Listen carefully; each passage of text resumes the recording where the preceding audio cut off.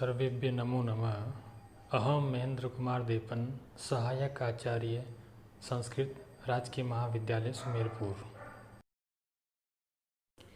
BA प्रथम वर्ष। कारक प्रकरण। कारक पदस्य व्युत्पत्ति। कारक क्रिय धातु और अणुल प्रत्यय से मिलकर बना है। अणुल प्रत्यय में वु शेष रहता है। युवोर नाकौ सूत्रेण प्रत्यस्य वु स्थाने अक आदेशः, अर्थात क्रिय धातु में क के री को आर वर्दी और अणुल के वु को अक होकर कारक रूप सिद्ध होता है। कारक की परिभाषा।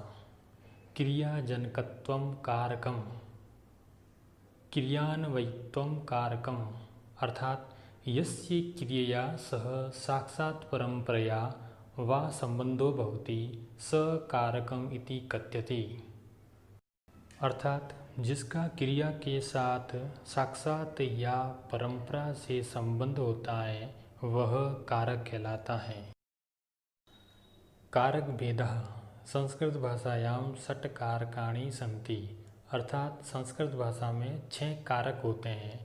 कर्ता, कर्म, करणम च संप्रदानम तथैव च अपादानादिकरणे इत्याहु कारकाणि षट्, अर्थात कर्ता, कर्म, करण, संप्रदान, अपादान, अधिकरण, ये 6 कारक संस्कृत भाषा में होते हैं। संस्कृत में संबोधन व संबंध को कारक नहीं माना जाता है। क्यों? क्योंकि परिभाषा के अनुसार क्रियान्वयित्वम कारकम, अर्थात जिसका क्रिया के साथ में साक्षात या परंपरा से संबंध होता है वही कारक होता है, और संबंध व संबोधन का किसी भी तरह क्रिया के साथ में साक्षात व परंपरा से संबंध नहीं होता, अतः इन्हें हम कारक नहीं मानते। क्रिया सह कारकाणां साक्षात् परंपरया वा संबंधः कथं भवति? अतः वाक्यम् एकं, हे मनुष्यः, देवदत्तस्य पुत्रः यज्ञदत्तः स्वहस्तेन कोषागारात् निर्धनेभ्यः ग्रामे धनं ददाति, अर्थात हे मनुष्यों, देवदत्त का पुत्र यज्ञदत्त अपने हाथ से कोषागारात से गरीबों के लिए गांव में धन देता है। अत्र क्रिया ददाति। कर्ता यज्ञदत्त, कर्म धनम, करण स्वहस्तेन, संप्रदान निर्धनेभ्यः, अपादान कोषागारात्। अतः इन सभी का ददाति क्रिया के साथ में संबंध है, अतः ये कारक हैं। यहाँ पर हे मनुष्यः यह संबोधन है, देवदत्तस्य यह संबंध है, तो इन दोनों का ही क्रिया के साथ में कोई साक्षात या परंपरा से संबंध नहीं है, अतः संबोधन व संबंध को कारक नहीं माना जाता है। अब यहाँ पर आप देखिए, देवदत्त का संबंध यज्ञदत्त से है। देवदत्त और यज्ञदत्त में पिता और पुत्र का संबंध है, तो यज्ञदत्त का संबंध ददाति क्रिया के साथ में है, परंतु देवदत्त का संबंध ददाति क्रिया के साथ में नहीं है। इसीलिए देवदत्त संबंध है और संबंध को हम कारक में नहीं मानते हैं।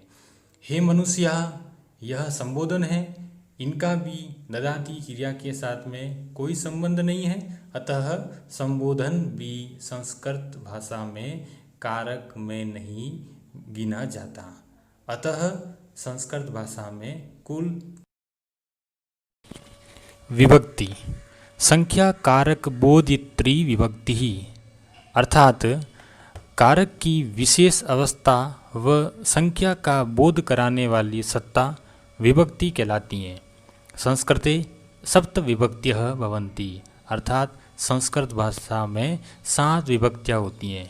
प्रथमा, द्वितीया, तृतीया, चतुर्थी, पंचमी, षष्ठी और सप्तमी। कर्ता कारक में प्रथमा विभक्ति, कर्म कारक में द्वितीय विभक्ति, करण कारक में तृतीया विभक्ति, संप्रदान कारक में चतुर्थी विभक्ति, अपादान कारक में पंचमी विभक्ति, संबंध में षष्ठी विभक्ति, अधिकरण कारक में सप्तमी विभक्ति और संबोधन में प्रथमा विभक्ति होती है। कहा भी गया है संबोधने प्रथमा, अर्थात संबोधन में प्रथमा विभक्ति का प्रयोग होता है। अतः संस्कृत भाषायां षट् कारकाणि सप्तः विभक्त्यः च भवन्ति। अन्य उदाहरण के द्वारा समझते हैं। बालकः पठति, अत्र बालकः कर्ता, पठति क्रिया। बालकः पुस्तकं पठति, बालकः कर्ता, पुस्तकं कर्मकारक, पठति क्रिया।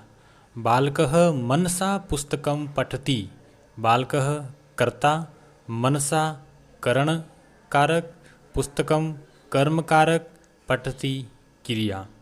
बालकः मनसा ज्ञानाय पुस्तकं पठति, अत्र संप्रदान। बालकः कर्ता, मनसा करणकारक, ज्ञानाय संप्रदानकारक, पुस्तकं कर्मकारक, पठति क्रिया। बालकः मनसा ज्ञानाय आचार्यात् पुस्तकं पठति, अत्र अपादान कारक।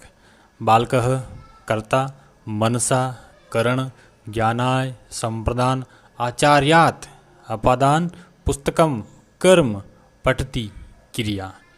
बालकः विद्यालये आचार्यात् ज्ञानाय मनसा पुस्तकं पठति, अत्र अधिकरण कारक। बालकः कर्ता, विद्यालये अधिकरण कारक, आचार्यात् अपादान कारक, ज्ञानाय संप्रदान कारक, मनसा करण कारक, पुस्तकं कर्म कारक, पठति क्रिया।